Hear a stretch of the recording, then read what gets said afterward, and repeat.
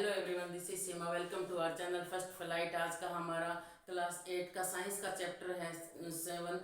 Chapter number 7 है जो पौधे और जंतुओं का संरक्षण है। चैप्टर का नाम क्या है? पौधे एवं जंतुओं का संरक्षण। मतलब पौधे एवं जंतुओं, इनका संरक्षण की क्यों आवश्यकता होती है, क्योंकि ऐसे बहुत सारे पौधे होते हैं जो जो मतलब नष्ट हो रहे हैं। पौधे क्या, जो हमारे वन इत्यादि हैं वो नष्ट होते जा रहे हैं। तो पौधे पौधे होते हैं, इनको भी संरक्षण की आवश्यकता होती है। और बहुत से ऐसे जंतु हैं जिनकी जंतु यानी कि पशु हैं जिनकी प्रजातियां लुप्त होती जा रही हैं। इनमें से जो छोटे प्राणी, जो छोटे जंतु हैं, उनकी जो प्रजातियां हैं वो लुप्त होती जा रही हैं। क्योंकि हम भी घरों में हम देखते हैं कि हम इन जो ये जो जंतु होते हैं इन्हें बहुत आसानी से मार देते हैं। इनके बारे में हमारा कोई ध्यान नहीं है। पहले जो डायनासोर होते थे, डायनासोर का तो अस्तित्व ही समाप्त हो चुका है। तो इस चैप्टर में हम इनका संरक्षण कैसे किया जा सकता है इस विषय में हम पढ़ेंगे। तो ये हमारी इंट्रोडक्शन वीडियो रहने वाली है। तो इसके लिए ये जो पशु होते हैं इनके संरक्षण के लिए विभिन्न अभ्यारण्य बनाए गए हैं। जैसे भरतपुर अभ्यारण्य है, लोकचौ वन्य जीव अभ्यारण्य है, काजीरंगा राष्ट्रीय उद्यान है, यानी कि राष्ट्रीय उद्यान भी बनाए गए हैं। वहाँ पे क्या होते हैं, विभिन्न प्रकार के ये जो पशु होते हैं इनकी प्रजातियां वहाँ पे होती हैं। उनको संरक्षण दिया जाता है, कोई इन्हें मारे ना, कोई इनका शिकार ना करे। कोई जैसे जैसे इनका चमड़े के लिए भी शिकार किया जाता है तो उनको ना मारे, इन्हें किसी प्रकार की हानि ना हो रही है, वहाँ पे आराम से अपने स्वतंत्रता पूर्वक घूम सके। इसलिए इनके लिए वन्य जीव अभ्यारण्य बनाए गए हैं, राष्ट्रीय उद्यान बनाए गए हैं। बाघ संरक्षित क्षेत्र है, यहाँ पे क्या है, बाघों को संरक्षण दिया जाता है। ग्रेट निकोबार बायोस्फीयर रिजर्व भी है, इसे वृहद निकोबार जैव मंडल संरक्षित क्षेत्र कहते हैं। तो ये सब है, ये क्यों बनाए गए हैं, ये जो जंतुओं को संरक्षण देने के लिए। यहाँ पे हम पढ़ेंगे कि वनोन्मूलन और इसके कारण। आगे चैप्टर में हम क्या पढ़ेंगे, वनोन्मूलन। अब यहाँ पे हम पहले तो वन्य जीव अभ्यारण्य के बारे में बात कर रहे थे। तो वन्य जीव अभ्यारण्य के बारे में बात करते करते हम वनों पे कहाँ चले गए, और यहाँ पे वन्य जीव इन्हें क्यों कहा गया, क्योंकि ये जो जंतु होते हैं ये ज्यादातर वनों में रहते हैं और वहीं पे ये मतलब अपना गुजर बसर करते हैं। वनों में ही ये जो जंतु होते हैं आराम से रहते हैं। तो इनके रहने के लिए वनों की जरूरत होती है। दूसरी वन होते हैं, वनों में क्या होती है, वन एक प्रकार की वनस्पतियां होती है जो हमारे लिए लाभदायक होती हैं। और वन होते हैं, इनमें बहुत सारे जो ये पौधे होते हैं इनसे हमें ऑक्सीजन भी मिलती है। तो वन लकड़ी के लिए भी उपयोगी है यदि हम इनका सोच समझ करके इस्तेमाल करें। वन होते हैं वर्षा लाने में सहायक होते हैं, बाढ़ को रोकते हैं। तो इस तरह वन होते हैं, ये हमारे लिए काफी लाभदायक होते हैं। तो वन्य जब जंतुओं के संरक्षण की बात आ गई तो उसके साथ के साथ ही पौधों का संरक्षण भी आवश्यक हो जाता है। क्योंकि ये यदि हमारे वन्य सुरक्षित नहीं होंगे तो वन्य जीव रहेंगे कहाँ, वन्य जीव तो वन में ही रहेंगे। जब इनके रहने के लिए वन ही नहीं होंगे तो ये कहाँ रहेंगे। तो इनके रहने के लिए वन बहुत आवश्यक है। तो यहाँ पर वनोन्मूलन और इसके कारण। अब ये देखते हैं कि वनोन्मूलन क्या होता है। वनोन्मूलन होता है वनों को नष्ट करना। वनोन्मूलन होता है क्या है, वनों को नष्ट करना। और वनों का उन्मूलन क्यों हो रहा है, लकड़ी के लिए हो रहा है। वहां पे लकड़ी की तस्करी भी होती है जंगलों से। जैसे भारत में चंदन की जो तस्करी होती है वो काफी मशहूर है, चंदन की लकड़ी की तस्करी होती है। और वनोन्मूलन का अर्थ होता है वनों को समाप्त करना। और इसका कारण क्या है, प्राप्त भूमि का अन्य कामों में उपयोग करना। जब ये जो भूमि होती है, वनों को समाप्त करके जो भूमि होती है उसको हम अन्य कामों में उपयोग कर ले, खेती बाड़ी या कोई इंडस्ट्रीज वगैरह एस्टेब्लिश कर दें। ये हम एक निकट परिणाम के लिए सोचते हैं, हमें लगता है कि ये बहुत इससे इनकम हो जाएगी, परंतु इसके दूरगामी जो परिणाम होते हैं वो हमारे लिए बहुत हानिकारक होते हैं। वन हमारे लिए बहुत आवश्यक है। तो वनोन्मूलन के कारण और क्या होते हैं, कृषि भूमि की प्राप्ति के लिए, और क्या है, घरों और कारखानों के निर्माण के लिए होता है, फर्नीचर की लकड़ी के लिए भी होती है, और जो ईंधन के रूप में लकड़ी का प्रयोग करते हैं उसके लिए। जैसे और भी हो गए, जैसे चंदन की लकड़ी होती है उनकी तस्करी हो रही है तो चंदन काफी महंगा बिकता है। चंदन की लकड़ी का इस्तेमाल विभिन्न सौंदर्य सामग्रियों में भी किया जाता है। वनोन्मूलन का ये कारण तो है, ये मानव निर्मित कारण है, ये मनुष्य द्वारा कर रहे हैं। पर कुछ प्राकृतिक कारक भी होते हैं, जैसे कई बार ज्यादा गर्मी की वजह से जंगल में आग लग जाती है, उसमें हम कुछ नहीं कर सकते। तो जो दावानल जंगल में लगने वाली आग होती है और कुछ प्राकृतिक आपदाएं आती हैं, उनके कारण भी क्या होता है, वनोन्मूलन हो रहा है, भीषण सूखा जब पड़ जाता है। तो जब भीषण सूखा पड़ जाएगा, तो जब पेड़ों को पानी नहीं मिलेगा तो ये पौधे सर्वाइव कैसे कर पाएंगे। यदि कई साल तक अकाल पड़ जाता है तब भी वन समाप्त हो जाते हैं, क्योंकि वहाँ उस जगह जो वन में जो पौधे थे उनको पानी नहीं मिला और वहाँ की वनस्पति और जो पेड़ थे वो सूख गए। तो वनोन्मूलन के कुछ प्राकृतिक कारण तो होते ही हैं, परंतु मानव निर्मित कारण सबसे ज़्यादा प्रभाव डालते हैं।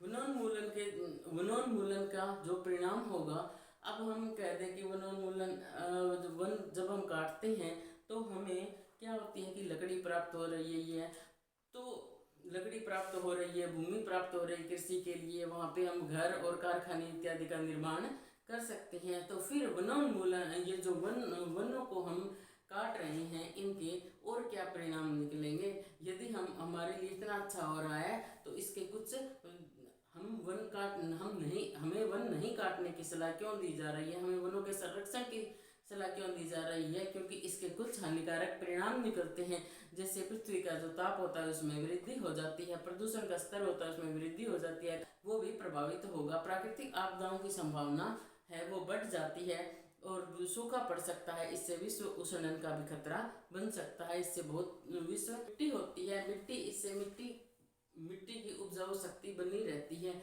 और यदि हम पेड़ों को काट देंगे तो इससे मृदा अपरदन होगा और इस कारण से जो है वो हमारी मिट्टी है वो मृस्थलीय मिट्टी में परिवर्तित हो जाएगी। तो ये इसलिए भी हमें वनों को नहीं काटना चाहिए। अब वनोन्मूलन के हमने परिणाम देख लिए। वन एवं वन्य प्राणी संरक्षण, वन एवं वन्य प्राणी संरक्षण क्या होता है, इसके जैविक महत्व के एवं वन्य प्राणी संरक्षण, वन एवं वन्य जो प्राणी होते हैं उनके संरक्षण के बारे में हम पढ़ेंगे। तो इसमें हम क्या पढ़ेंगे कि जैव मंडल क्या होता है, कि जैव मंडल में विभिन्न प्रकार के जीव रहते हैं। पौधों और जंतुओं के लिए जो संरक्षित और सुरक्षित क्षेत्र होते हैं वो कौन कौन से होते हैं, वो होते हैं वन्य जीव अभ्यारण्य, राष्ट्रीय उद्यान, जैव मंडल संरक्षित क्षेत्र।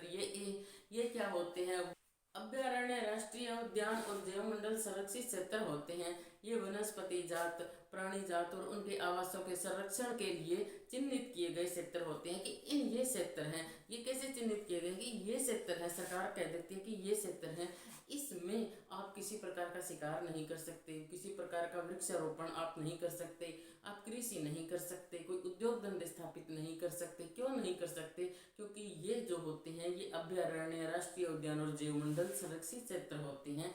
ये भूमि वनों के लिए है, इतना वन होना चाहिए और इन वनों में वन्य जंतु रहेंगे तो वो उनकी प्रजातियां हैं नष्ट ना हो जाए, क्योंकि ये जो जितने भी जंतु और ये जो पौधे होते हैं ये हमारे लिए बहुत आवश्यक है। यदि इनकी प्रजातियां लुप्त होती है, यदि वन समाप्त हो जाते हैं तो ये मानव जाति के लिए बहुत खतरा होगा। तो मानव जाति के विकास, मानव जाति के अस्तित्व को बनाए रखने के लिए वन और वन्य प्राणियों का संरक्षण है वो बहुत आवश्यक है। तो इनके लिए अभ्यारण्य बनाए गए हैं, राष्ट्रीय उद्यान। अभी अभ्यारण्य क्या होते हैं, जहाँ जंतु और उनके आवास में किसी प्रकार के विक्षोभ से सुरक्षित रहते हैं। विक्षोभ मतलब उन्हें किसी प्रकार का दुख ना हो। ये अभ्यारण्य क्या होता है, जंतु और उनके आवास होते हैं, किसी प्रकार ये उनको मतलब किसी प्रकार की हानि नहीं पहुंचा सकते, तो वो अभ्यारण्य होते हैं। राष्ट्रीय उद्यान होते हैं, वन्य जंतुओं के लिए सुरक्षित क्षेत्र होते हैं। राष्ट्रीय उद्यान होते हैं, क्या होते हैं, ये वन्य जंतुओं के लिए आरक्षित क्षेत्र होते हैं। यहाँ पर क्या होते हैं, ये जो जंगली जीव होते हैं ना, ये आसानी से आ जा सकते हैं। क्योंकि इनके है ना मतलब ये आसानी से रहे, इनकी स्वतंत्रता में किसी प्रकार की कोई बाधा ना हो, आराम से आपस में एक दूसरे के साथ खेले, मतलब जैसा इनका जीवन है, चाहे आपस में लड़े झगड़े क्या करे कि, तो मतलब इनकी जो स्वतंत्रता है उसमें किसी प्रकार की कोई बाधा नहीं होनी चाहिए। क्योंकि हमने देखा है कि घरों में बिल्लियाँ इत्यादि भी होती है, तो हमारा उनके जीवन में बहुत ज़्यादा दखल होता है। परंतु ये जो जीव होते हैं इनकी अपनी पर्सनल लाइफ होती है, इनकी लाइफ में हमारा दखल नहीं होना चाहिए। इनकी लाइफ हमारी लाइफ से अलग है, ये अपना जीवन स्वतंत्रता पूर्वक जिए।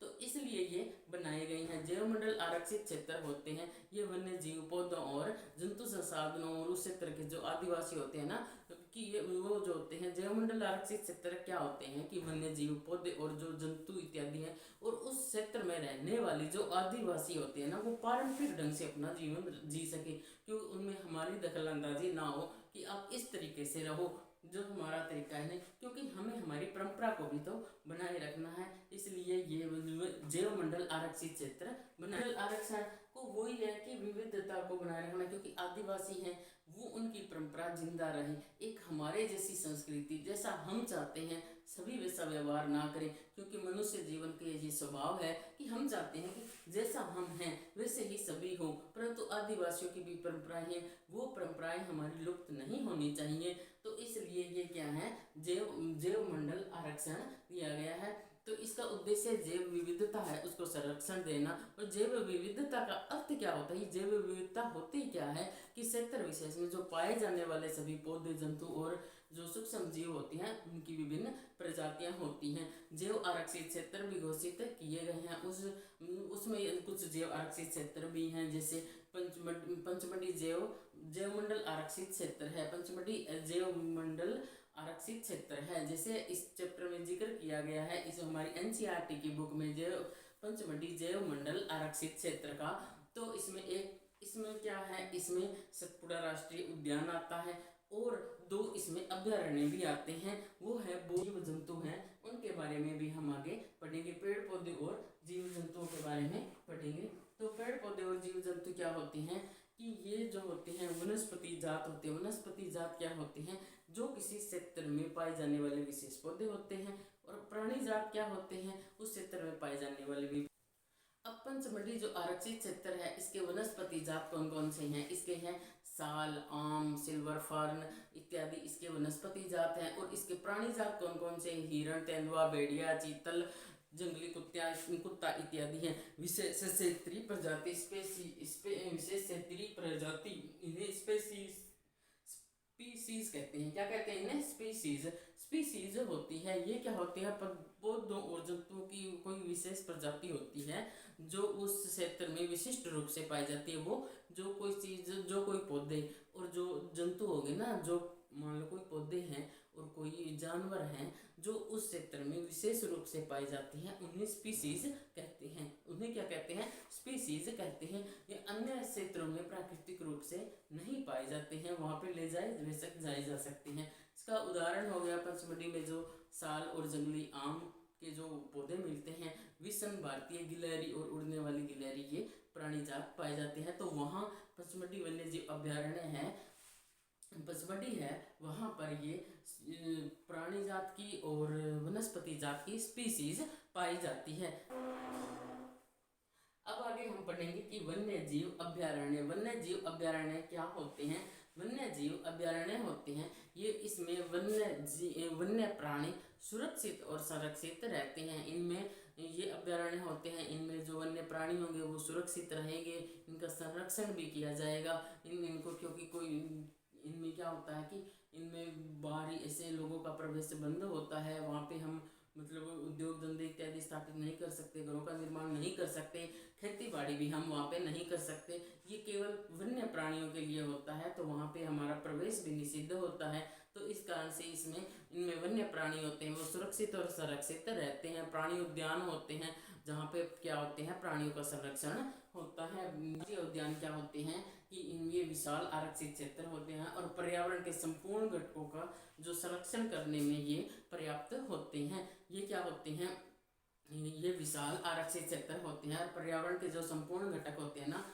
उनका संरक्षण करने में ये पर्याप्त होते हैं। संरक्षण ये किसका करते हैं, प्राणी जात का, वनस्पति जात का, दृश्य भूमि और ऐतिहासिक वस्तुएं। दृश्य भूमि और प्राणी जात, वनस्पति जात, दृश्य भूमि और ऐतिहासिक वस्तुओं का इनमें संरक्षण करते हैं। भारत का प्रथम आरक्षित वन्य से कौन सा है, सतपुड़ा राष्ट्रीय उद्यान। अब हम थोड़ा सा वन्य होते हैं, इनके उद्यानों की चट्टानों में क्या है, आवास भी स्थित है। इसमें मनुष्यों की गतिविधियां हैं, इसमें ऐतिहासिक प्रमाण है, इसमें क्या है, चट्टानों से पेंटिंग की कलाकृतियां मिली है और 55 चट्टान आवासों की पहचान की गई है। कलाकृति है नृत्य हुए जंतुओं की, शिकार करते हुए मनुष्यों की, नृत्य करते हुए की, वाद्य यंत्र बजाते हुए मनुष्यों की। इसमें कोई पौधे हो गए जो अब समाप्त हो रहे हैं उनका रिकॉर्ड होगा, कोई जंतु होंगे वो जैसे वो समाप्त हो रहे हैं उस क्षेत्र में तो उनका रिकॉर्ड रेड डाटा पुस्तक में रखा जाता है। इसमें और हम जिक्र किसका करेंगे कि प्रवासी पक्षी होते हैं, जो पक्षी उड़कर जो सुदूर क्षेत्र होते हैं उनकी लंबी यात्रा करके वो दूसरे स्थान पे चले जाते हैं। मतलब क्या होते हैं